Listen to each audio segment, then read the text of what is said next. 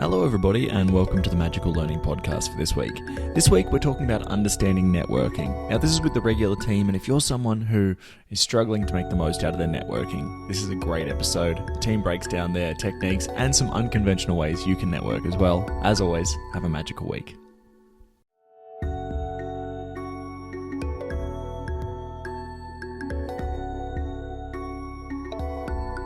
Hello, everybody, and welcome to the Magical Learning Podcast for this week. Now, this may not affect you, the listener, at all, but what's fascinating is we haven't actually recorded for 2 weeks. There's been a little gap there. So if you notice, we're all a little bit older in our voices and looks. That's probably why.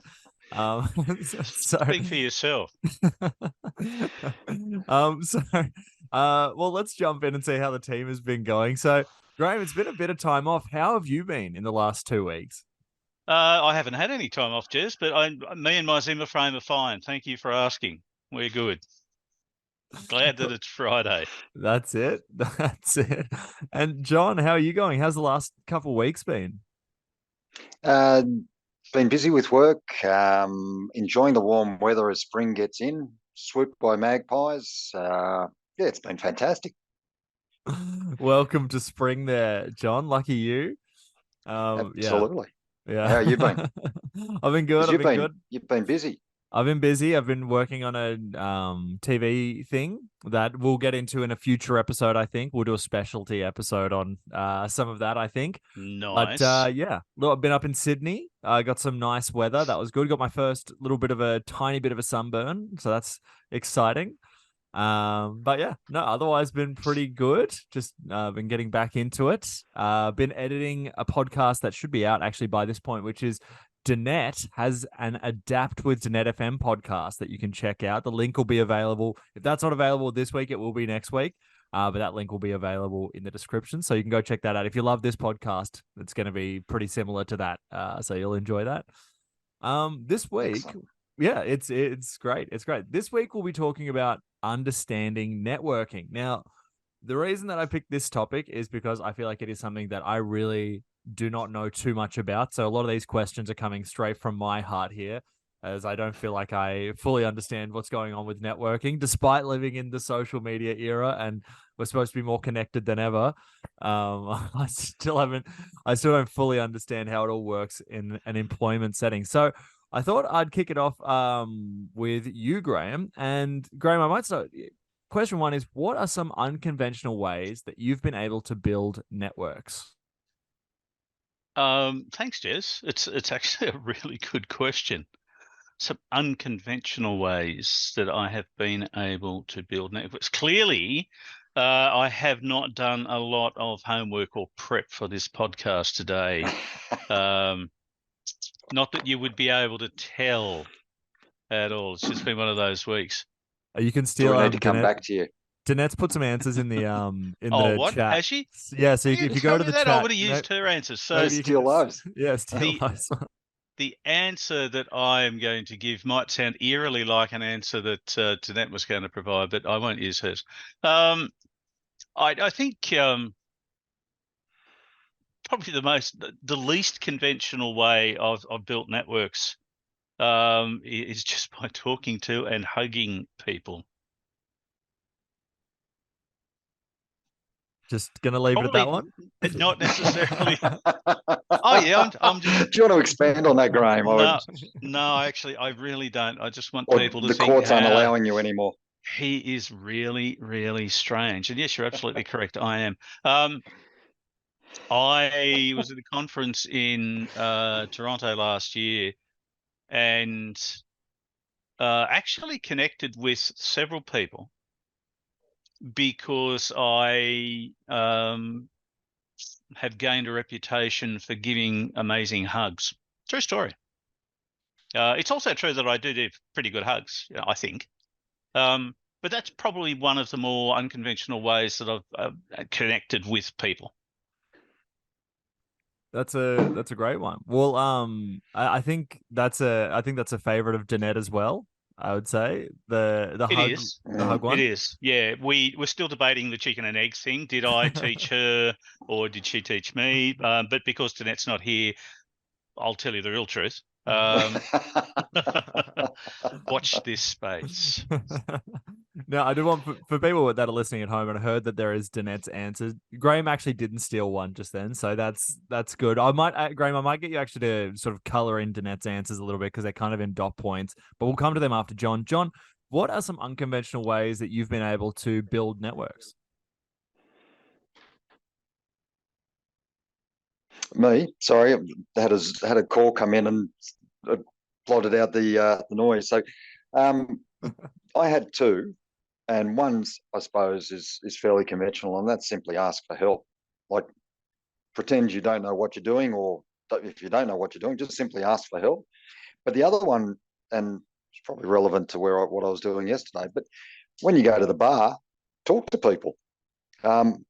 And while you're ordering a drink, whether it's the bar person or the person next to you that's ordering another drink, just start a conversation. And it's quite amusing to see people and their reaction. It's like, we shouldn't be talking. You shouldn't. This is not what I came here for. I came to get a drink, and I didn't come to talk. And it can make people feel uncomfortable a bit. But yeah, it's when you go to the bar, get a conversation going with people, and it's amazing.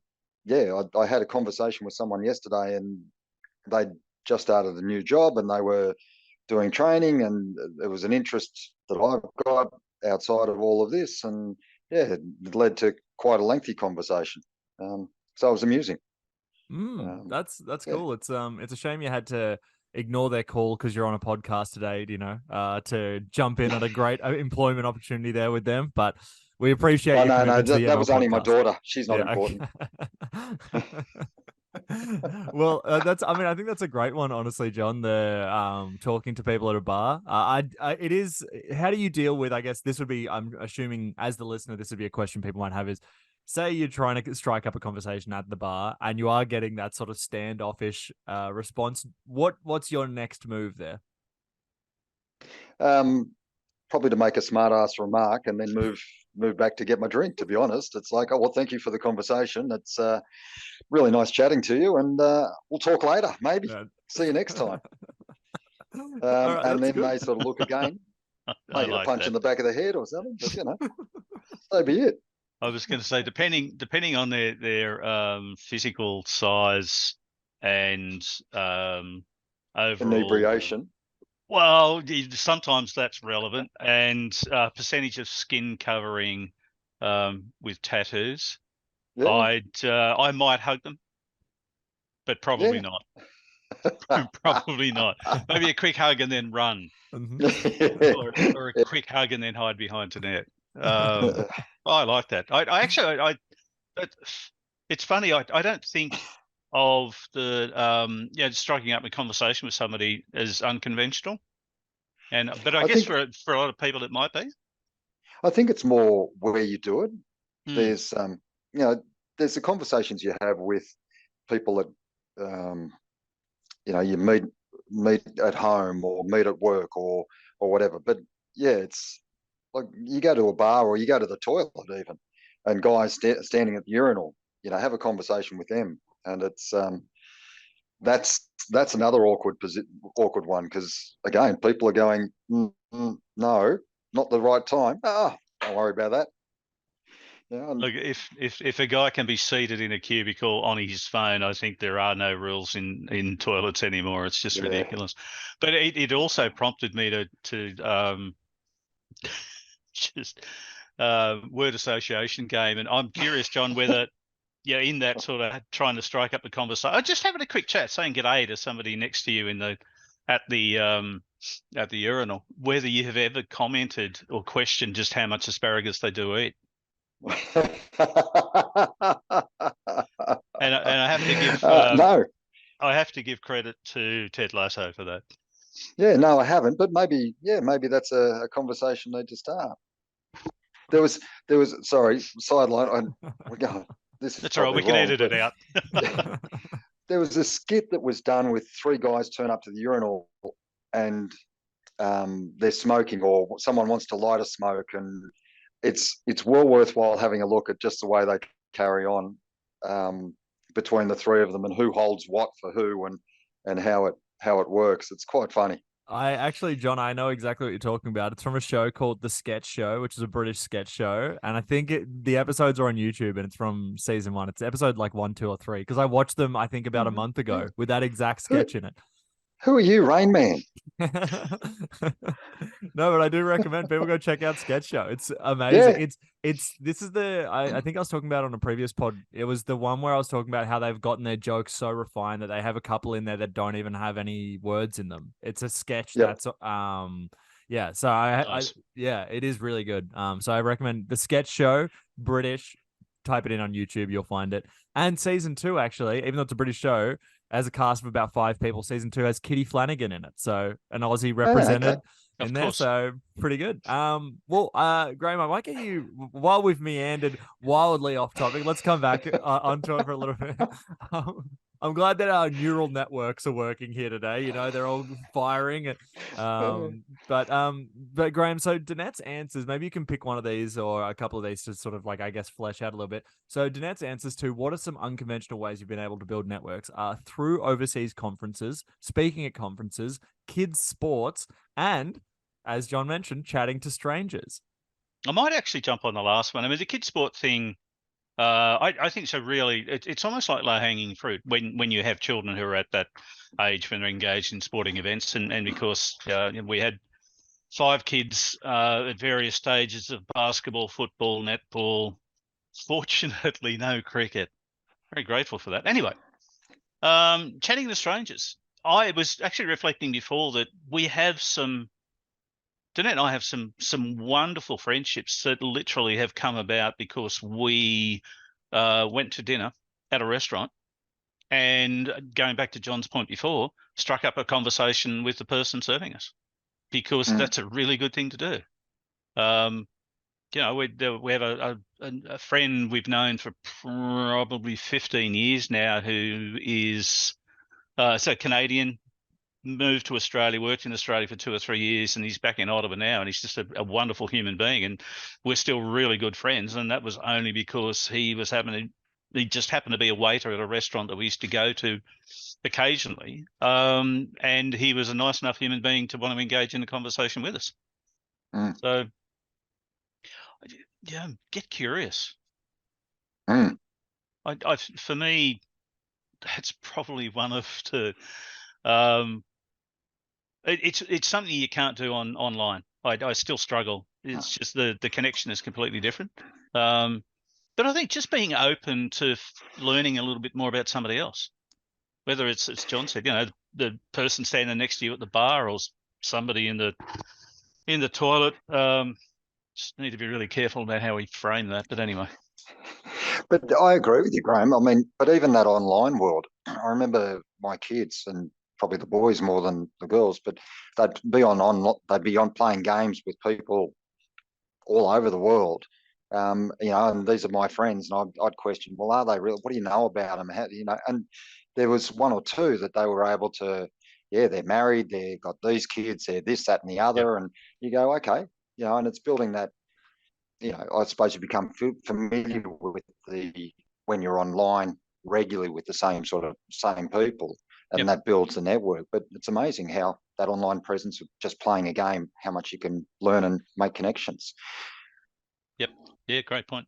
Yeah, I mean, it's something that's kind of been fascinating for me, honestly, is learning about that world, because some of my friends game a lot, and I didn't really understand the friendships, but some of them like have a group chat and they specifically set designated times so they're all playing together. They've all got the headphones on, so they're all just talking the entire time, and they're all over the world, but they're all good friends. They know a lot about each other, and this is just a way that they're connecting in the same way that a rec league sport team might, or something like that, it's really fascinating.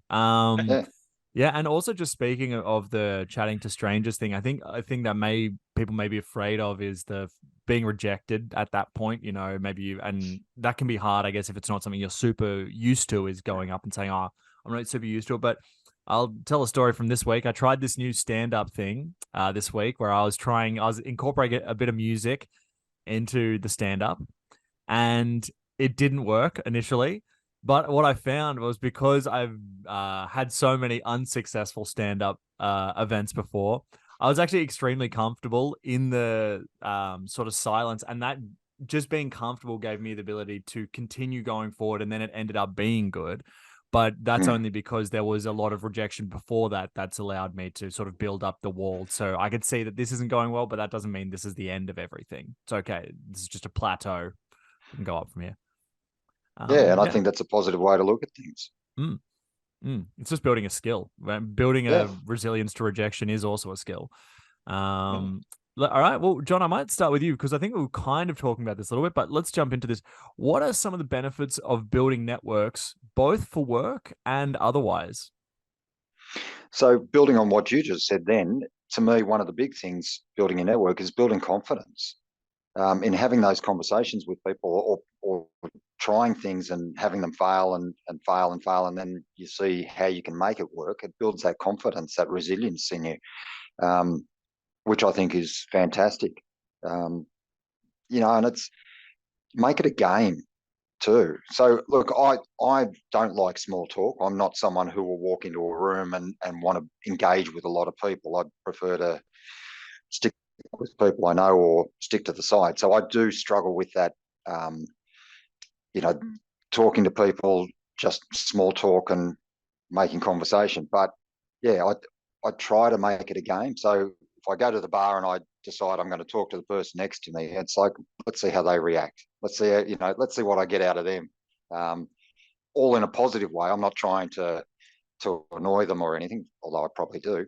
But yeah, make it a game so that it doesn't matter whether it happens or it doesn't happen. It's just a game. But another one I've got down is just the ideas that can come out of the conversations you have with people, and you're building on what you know is what you know, and if other people can add to that, it expands what you know. So, and it can spark new ideas or new ways of considering things or looking at things. So, those would be the two big ones for me. Yeah, I like that takeaway because it's kind of counterintuitive almost, John, you saying that, building the network gives you just an idea, but that's because you normally think, oh, it's a connection piece, but it can just be personally, like growth, personal growth as well. Absolutely. Yeah, or whether it's personal growth or whether it's just, an idea for a book or an idea for something else or an idea for a game or whatever. But yeah. Amazing. Well, thanks for that, John. Grahame, I'll go to you.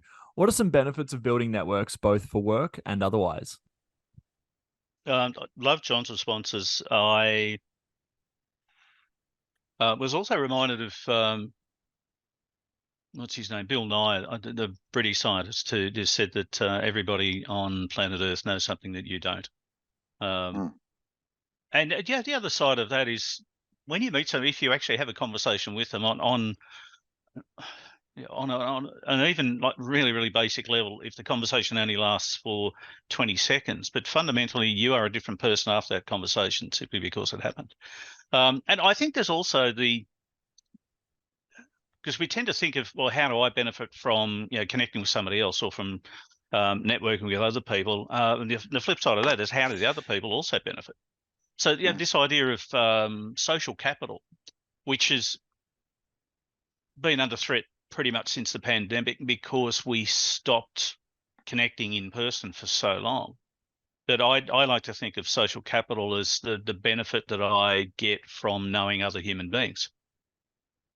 And again, it's different experiences and being courageous enough to have a conversation with somebody that you've never met before, not knowing where it might go. And like John, I am terrible at small talk.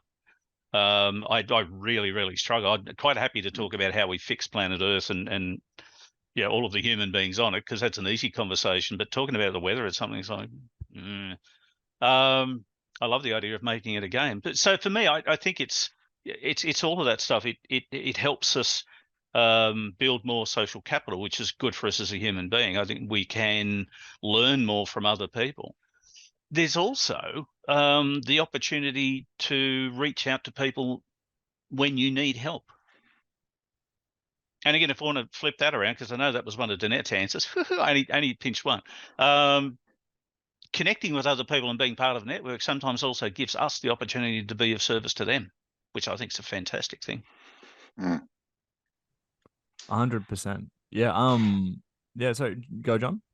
And even building on that, to me, like when you were talking, Graham, I'm thinking of that pay it forward. And you were talking about what do they, what do you get from them, but what do they get from you? Yep. And there's a scene in that movie, Pay It Forward, where there's a lady on a bridge and this guy who was down and out, but someone gave him his car to travel to wherever. And he just stops and says, do you want to get a coffee? And it's that small moment in time that someone's paid attention, someone's made a difference to someone's life by creating that network and reaching out. That there's opportunities there if you want them. Yeah. Yep. Nice. Yeah, love that. Great insights, and I think it's such a good point that gets brought up, throughout different podcasts, but how helpful it can be to be someone that asks for help to people. I think that's always a really good reminder. Here's some of Danette's answers as well for people playing along at home. This one was kind of interesting, a little bit CIA kind of energy to this one. Access to intel that can be helpful before it's formally released. So it makes me wonder what intel does Danette have that has not been formally released yet to the public. Isn't that called insider trading? I think so. I think the bigger question there, Jez, is why is she not sharing that with me? I don't know. Can't be trusted. And with our listeners, to be frank, I think they deserve to know the intel. And then the other one was broaden my knowledge. And then in brackets, I like Sophie Krantz' idea of global network with people in different industries. And I would definitely recommend people go check out our Sophie Krantz episode about how to connect globally with people. That's a really good one. All right, well, let's jump into our final question here today, which is, Graham, I'll start with you. What are some good ways to think about networking in order to get the most out of it? So this is for me. Sometimes I get just the concept of networking feels a bit overwhelming. I don't even really know where to start. So what's some good ways to kind of think about it? Well, the more sort of strategic approach to traditional networking, and in a manner of speaking, traditional networking before, certainly before the pandemic, and to some extent before the latter stages of the internet and social media. Networking was getting together with a bunch of people in a room for a shared sort of common purpose. And then you'd play business card bingo to see, and the person who was the best networker walked out of the room with the most business cards. And then I suspect, I know I was one of them. I never walked out of the room with the most business cards because I found it a terrible practice. And most of the business cards just ended up in a drawer somewhere. You never did anything with them. And so networking was like this game that you felt like you were compelled to participate in it. But a bit like you, Jez, you didn't really understand why, didn't see any value in it. And part of my experience with it was that probably because I wasn't really strategic about it, I struggled to work out how I could actually help other people in the network. So I think so that's all the stuff to not do. Some good ways to think about networking. Firstly, I'd be thinking about, is there a particular topic, area, like field of research or area of knowledge where you would like to improve your knowledge in that area? It could be something like gaming. I was just thinking when we were talking about gaming earlier that in the early days of online gaming, people would have LAN parties. So Jack in his early days, so you'd actually get a group of guys predominantly guys back then, who would get together at someone's house with an impressive array of desktops and big bulky monitors and 14 extension cords and power boards that would blow out. But then you'd have you just all game online. So if you want to improve your knowledge or understanding or skill in a particular area, then think about, okay, is there a network out there of people who are really good at that where I could perhaps join, participate? So that's one question. Who are the people or what are the areas that I necessarily want to improve myself in? But the follow-up question, which I think is even more important, is how could I add value to that network? Because the cardinal sin, I think, in networking is when you're just a taker. And people at some point will sort of work that out and they just stop talking to you or contributing. So for me, the important thing is, how do I actually add value to this network? What is it that I can give? And going back to your point before about being okay with rejection, the other thing I'd show you how you sort of work it into it, but is don't be attached to it working. So be interested in the outcome, but don't be attached to the outcome. So if you go along to a networking event with a group of people and you're hoping that it goes well, but you're not emotionally attached to it going well. So if it doesn't go well, it's like, okay, I learned some stuff from that. Not the end of the world. I might try again, or I might try a different network. Yeah, that's a great philosophy. I think that's such a, even for me already, it's already helped me think like, how can I be valuable to these people? That's, that does make a lot more sense. It makes it easier for me. John, what are some good ways to think about networking in order to get the most out of it? Well, it's funny, Jess. I had pretty much similar. I was on the same vein as what Grahame was on, and in 4 words, I had growing you, helping others. So yeah, to me, it's, if you're going to do networking, I agree with Grahame. You got the people that just take, and you go, yeah, they're not people that I want to share with. But it's, how do you share ideas and how do you grow other people's ideas?